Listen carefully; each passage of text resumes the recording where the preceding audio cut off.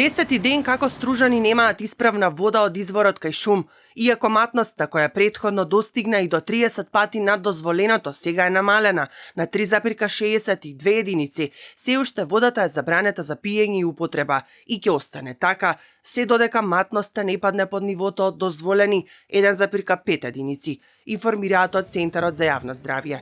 Од основното јавно обвинителство, кое веќе отвори предмет за случајот, за ТВ24 брифираат дека се постапува по наредбите издадени од јавниот обвинител и дека во моментов не можат да се споделат повеќе детали.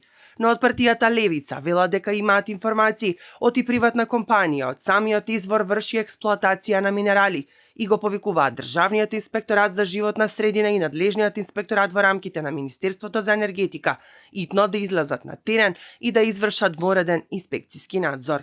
Надлежните институции мора да дадат одговор дали несоодветната експлоатација на минерали во самите извори ја предизвикало оваа хаварија и дали несоодветно е издадена дозвола за експлоатација. Од Државниот инспекторат за животна средина на прашање на телевизија 24 одговараа дека засега на терен излезен општински инспектор кој веќе издал забрана за работа на каменоломот во близина на изворите.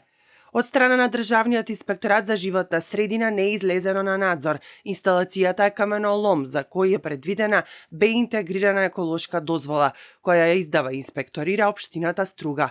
Од страна на општински инспектор за животна средина Струга е излезено на терен и дадена е забрана за работа, а излезено и од страна на Државниот инспекторат за енергетика, рударство и минерални суровини.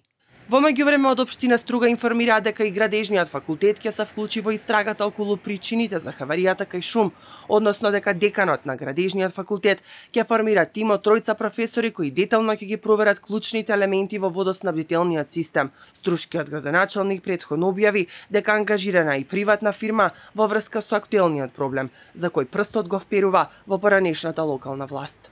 Може да е дојдено од земјотрес, може да е дојдена од лица кои работеле од 2020 па пред то со копање во горниот дел на базенот, што е можно, но не можам да потврдам со сигурност дека се случува тоа. Во врска со случајот минатата недела директорот на јавното претпријатие Водовод Струга си поднесе оставка од морални причини.